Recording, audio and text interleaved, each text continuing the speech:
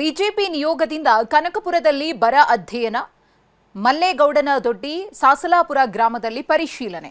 ಬೆಂಗಳೂರು ದಕ್ಷಿಣ ಜಿಲ್ಲೆಯ ಕನಕಪುರ ತಾಲೂಕು ಗ್ರಾಮಗಳಲ್ಲಿ ಪರಿಷತ್ ವಿಪಕ್ಷ ನಾಯಕ ನಾರಾಯಣಸ್ವಾಮಿಯವರ ನೇತೃತ್ವದಲ್ಲಿ ಬರ ಅಧ್ಯಯನ ನಡೆದಿದೆ.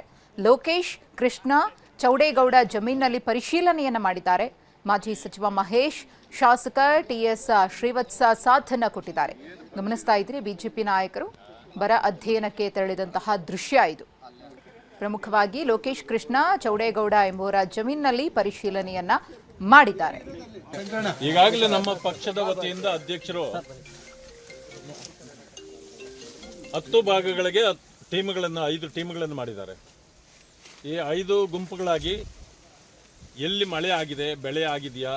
ಮೂಡಿಗೆರೆ ಜಿಲ್ಲೆಗೂ ಕೂಡ ಬಿಜೆಪಿ ಬರ ಅಧ್ಯಯನ ತಂಡ ಭೇಟಿಯನ್ನ ಕೊಟ್ಟಿತ್ತು. ವಿಪಕ್ಷ ನಾಯಕ ಆರ್ ಅಶೋಕ್ ಅವರ ನೇತೃತ್ವದ ತಂಡ ಮಾಯಕೊಂಡ ಕ್ಷೇತ್ರದ ನೇರ್ಲಿಗೆ ಗ್ರಾಮದಲ್ಲಿ ಬರ ವೀಕ್ಷಣೆಯನ್ನ ಮಾಡಿದ್ದಾರೆ. ನೇರ್ಲಿಗೆ ಗ್ರಾಮದ ಜಯಣ್ಣ ಅವರಿಗೆ ಸೇರಿದ ಅಡಿಕೆ ತೋಟದಲ್ಲಿ ಪರಿಶೀಲನೆ ಮಾಡಲಾಗಿದೆ. ಸರ್ಕಾರ ಒಂದು ಮರಕ್ಕೆ 16 ರೂಪಾಯಿ ಪರಿಹಾರ ನೀಡುತ್ತಿದ್ದಾರೆ. ಸರ್ಕಾರದ ನಡೆಗೆ ವಿಪಕ್ಷ ನಾಯಕ ಆರ್ ಅಶೋಕ್ ಅವರು ಆಕ್ರೋಶವನ್ನ ವ್ಯಕ್ತಪಡಿಸಿದ್ದಾರೆ. ಕೂಡಲೇ ದಾವಣಗೆರೆಯನ್ನ ಬರ ಜಿಲ್ಲೆ ಅಂತ ಘೋಷಣೆ ಮಾಡಬೇಕು ಅಂತ ಆಗ್ರಹಪಡಿಸಿದ್ದಾರೆ. 10,000 ಕೋಟಿ ರೂಪಾಯಿ ಬರ ಪರಿಹಾರವನ್ನ ರಿಲೀಸ್ ಮಾಡಬೇಕು. ಮಂತ್ರಿಮಂಡಲ ರಚನೆ ಮಾಡೋದರಲ್ಲಿ ಸಿಎಂ ಬ್ಯುಸಿ ಆಗಿದ್ದಾರೆ ಅಂತಾನೂ ಕಿಡಿಕಾರಿದ್ದಾರೆ.